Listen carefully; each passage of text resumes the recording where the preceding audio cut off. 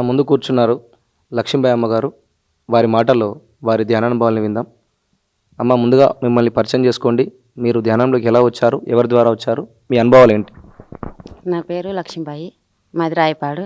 ధ్యానంలోకి ఎలా వచ్చినామంటే మా అన్నయ్య ద్వారా వచ్చినాము. ధ్యానం చేసింది చాలా బాగుంది. ఆరోగ్యపరంగా ఎలా అనిపిస్తుంది మీకు? ఆరోగ్యపరంగా కూడా చాలా బాగుంది. మేము శాకాహారులమే, మాంసాహారం కాదు. ఇంట్లో దానికంటే పిరమిడ్ కింద చాలా బాగుంటుంది, ధ్యానం కుదురుతుంది. ఇంట్లో కొద్దిసేపే మంచిగా అనిపిస్తుంది, కానీ వీడు వచ్చిన 2-3 గంటలు కూర్చున్నా కానీ చాలా బాగా అనిపిస్తుంది. మీరు అంటే చిన్నప్పటి నుంచే శాకాహారులు కదా?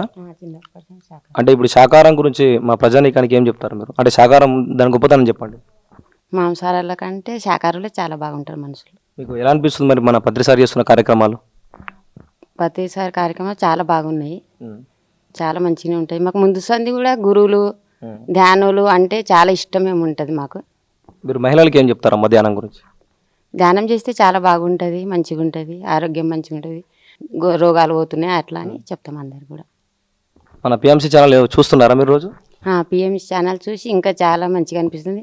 అక్కడిక్కడ దానికి వెళ్ళలేము కదా, ఇంట్లో కూర్చొని అప్పుడిప్పుడు చూస్తే ఇంకా చాలా మంచిగా పడుతుంది.